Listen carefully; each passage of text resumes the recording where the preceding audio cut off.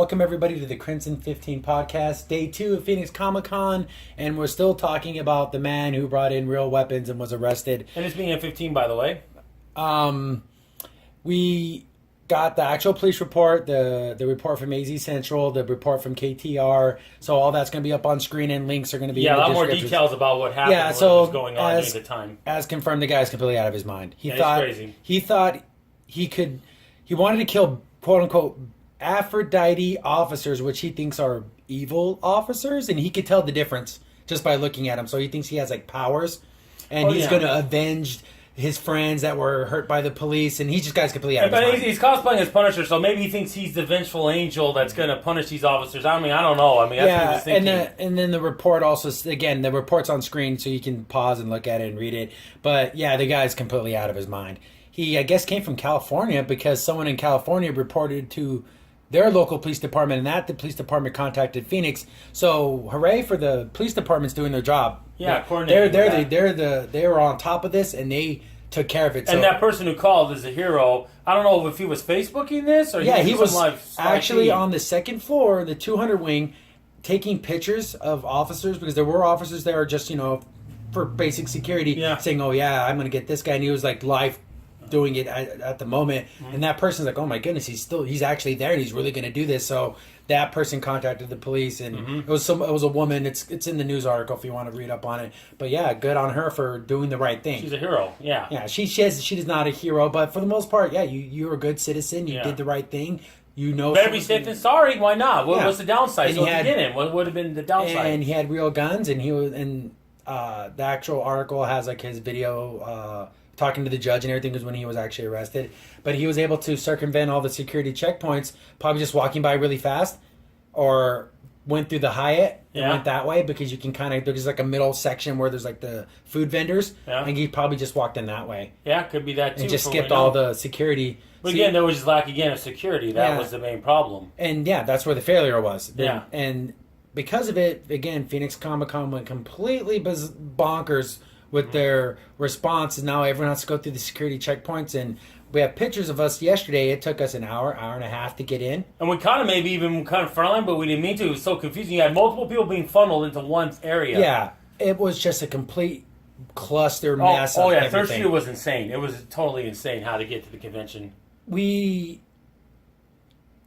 kept getting different updates. First it was no props at all. Then it was some props. And then now there's a clarification now, email that's going to be up on screen, where now it's nothing simulated weapons, but even something that's like a Captain America shield that's considered a simulation weapon. Yeah. So how's that a weapon? It's a shield, and now you have But then I saw some people with Captain America stuff cosplaying, so it's like, they're allowed in, so what's the difference? Because it's a failure of security. Yeah. And then, like, they actually have a clarification for Ghostbusters uniforms. So you can have the proton pack. Yeah. And the wand attachment, the part that actually shoots out the beam. It was like a vacuum cleaner. Yeah. That part has to be removed from the costume or permanently attached to the backpack. So it's like, are you kidding me? Is someone going to make that into a real firearm? Yeah, because, you never know. They want to protect the ghosts and spirits there at Comic-Con, I guess. I don't know. It's no common sense to it. None. Like we said last time, it needed to be no military-style weapons.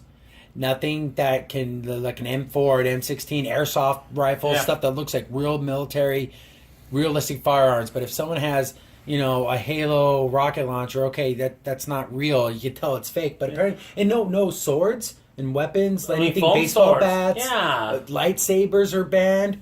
Those they're light. They're not. They couldn't hurt anything. I mean, what are you talking about? And at this point, it's not gonna. So, like, what if you just have the lightsaber hilt but not the blade attachment? Yeah, is that okay? I know, right? So it's just a mess. All that information is going to be linked in the description. But some of the wonderful people that are cosplaying try to make a light situation maybe more some sort of having like little cardboard cutout signs saying the Empire took away my lightsaber, and stuff like that. Because it just it was a serious situation. Nobody got hurt, but the response, it just feels like, oh, we have to do something. And I never believed in doing that as a response to something. You go, we're going to make it safer. How is having 100,000 people stuck outside the convention trying to work their way in gigantic crowds making anything safer? And won't that make it unsafe? If this guy wanted to hurt people, now you have Or someone else. Thousands of people standing in giant groups outside the convention. Well, there you go. You just made them bigger targets. Yeah, what if you didn't make anybody safe. What if someone gets a car and just goes on the fucking curb right there, right to the sidewalk? You killed there's hundreds of people. And so I don't see how this is making anybody safer. It's just, we're Comic-Con. It's a sense of security. Yeah, it's a false sense of security that doesn't make anybody any safer. Nope. Not at all. I'm kind of sick of talking about this guy. Me too. Yeah, it just because but it affected the whole entire con. So eventually, after we got in, we actually went to some good panels. Now we're going to talk about good things about it. I thought this is all we're going to ever talk about, but apparently we have to talk about crazy people. But yes, the actual panels we went to were really good. All of them were good. Yeah, the first panel we went to was Mass Effect. Yeah, the science of Mass Effect. These are like high-end PhD level people talking about all the physics and the genealogy of Mass Effect. Yeah, and how some of it, they got some of the stuff wrong, but it is a video game. It is a work of fiction. Space magic. Yeah, or the temperatures on these planets would they're only up by a few thousand degrees. Oh, yeah, okay. Just up off by that. But it was really cool to hear, actual, people studying for their PhDs and master degrees and biology and stuff to actually talk about some of the stuff does make a little sense. Some of it doesn't make any sense, but it's kind of cool to see that people who made Mass Effect took the time to try to put real science. When you get high level people from science degrees from universities, and a lot of these people from ASU, but they would say, "Oh, okay, this could be applied almost to real science in some ways." That tells you they did their job, BioWare. They actually took the time to try to make something that wasn't just a simple fan fiction, sci-fi thing. No, they actually took the time to make it. They make one heck of a movie. I'm going to say that right now. And I know something we're talking about, but it's kind of a shame that it's not going to might get a sequel for a while because the people got mad at the facial animations, which I think is so stupid. Yeah, if you actually play, I think anyone who actually played Mass Effect Andromeda and actually played through it, it's an enjoyable game. Fun story. I like the characters. I like the interactions. I like the world. I like everything. So what's the thing? Oh, yeah. Okay, some of the animations looked a little goofy. That's enough to hate the game forever. Well, that's another... Yeah. That's a podcast for another day. Yeah, I know. I just wanted to talk about that because that just annoys me. But we went to a few more panels after that. Yes, we went to the panel about... Gone Too Soon, the living memory of TV shows canceled. Oh, yeah, the cancellations. I didn't necessarily... Because I didn't really watch a lot of these shows, so... except for... Powerless and Agent Carter, everything else he talked about, I kind of was. Yeah, he just showed the rest. Yeah, that's what I thought it was gonna be older stuff. That's what I was looking for, the nostalgic kick. But it was all newer age newer stuff. 2000. I wish they would have said modern. I probably might would have went. They did it really well. It was presented well. It was presented well. It just wasn't up my alley. At that point, I was kind of down, so I'm kind of glad it kind of picked me up a little bit because they did talk about the things I liked. And then the rest of the day was just excellent. Yeah, it was back to back to back for the panels. Oh yeah, we didn't even get that much time to do that room. Then we went to. I think it was Midshines Theater. Oh yeah, the Midshines Theater guys they covered the new Netflix series, so they kind of give us a basic synopsis of each episode and the parts they liked, the parts they didn't like, and these are done by good people who love Midshines Theater. And they're really funny themselves. Yeah, and they even did their own riff on a Blockbuster employee training video, and they did it live, and they wrote the jokes and everything, and it was funny. People were laughing and. It was good. They did a super good job. A+. The thing I was disappointed, though, is that they won't put it on YouTube. I mean, come on, it's an old Blockbuster training video. I don't think you have to worry about getting the rights. I know they want to do everything on the up and up, and it's like, just put it on YouTube. They did a super good job. If they would just record it, and their timing was good, the jokes were well written, everyone laughed. They did a super good riff on that. I'm thinking about the jokes now. They're just pretty funny. Yeah, they're actually kind of making me chuckle just thinking about it. Because those training videos are so bad, and they just jumped on them, and it was good. It was a great riff. Yeah, they did good. And tomorrow they have a riff track, but I'm worried about it's going to be in a small room, so I'm kind of like, we might have to get there really early. They pack out. They've almost packed out. They're excellent. I will hope. I can't wait. They hope they come to future Phoenix Comic Con because I want to see them again after this year. Another panel we went to was about American monster things. Yeah, that was pretty cool. That was good. I wanted a little bit more.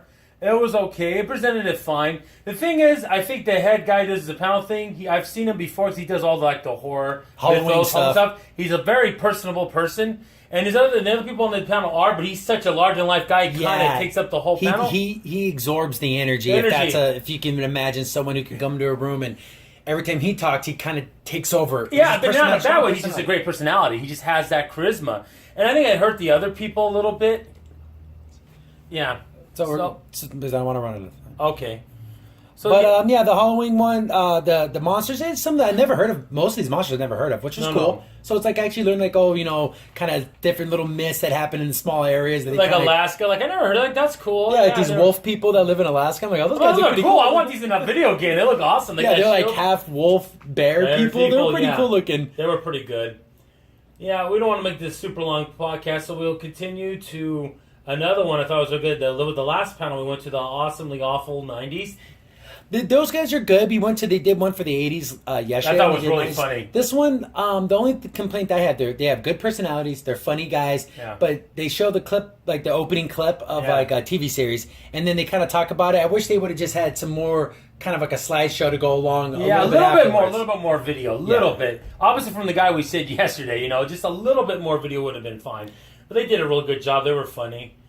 So, I thought that was really good too. And another thing, I know I don't want to get back to what we said earlier, but we wanted to go out to eat, but the problem, if we would have left, we'd had to come back and do go a check-in process again, so we just stayed in the convention. Just stayed in the convention because it wasn't worth it, and that hurts the whole local people because people aren't going out to eat. It's good for the vendors in the hall, I guess, the food vendors, but not good for... Yeah, the insanely expensive $30 whole pizza. Yeah, we got a picture of that. It's like if you wanted a whole pizza here in the con, it's $30. Or we did what we did after today. Let's go eat afterwards. Yeah, we got 2 pizzas for half the price. Yeah, just wait. It's only a few hours. I mean, come on. If I can survive the whole day without having to eat a lot of food, just drink water, eat your good breakfast, and you should be fine, and just eat a big dinner. Yeah, but they said, exactly, and they said... that today that if you don't bring any bags, it will be, you'll just get in right away. So we'll see. We'll test that. Yeah, we're not bringing any bags. And if you brought bags for snacks and stuff, you have to wait in this gigantic line. So just... No, we're not doing that today. Stuff a couple energy bars or something like that in your pockets, and that's what's going to be your thing. Yeah, if you're going to the convention, just do that. So that was day 2. I just didn't want to focus on more negative, but Phoenix Comic Con just seems to be it just attracts negativeness. And hopefully this podcast we do tomorrow, hopefully it's all going to be positive. Yeah, just positive. We don't have to talk about this crazy guy anymore. Exactly. So I'm getting done with it. This guy is taken care of. He gets the medical help he needs. He goes to jail for his crime, and that will be the last we ever hear of this guy. Yeah. We never have to talk about it ever again. Yeah, I don't want to either. I'm done with it. So thanks for tuning in. That was day 2. We'll have a video up tomorrow for day 3. And we'll see you then, guys. Thanks for watching. Yeah, see you later. Bye.